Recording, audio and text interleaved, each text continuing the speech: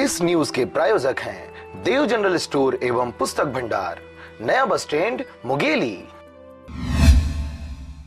बिलासपुर जिले के मस्तूरी तहसील अंतर्गत आने वाले ग्राम लावर के मेन रोड पर देर रात सड़क दुर्घटना हो गई, जिसमें एक मेटाडोर अनियंत्रित होकर रोड की डिवाइडर रेलिंग से जा टकराई।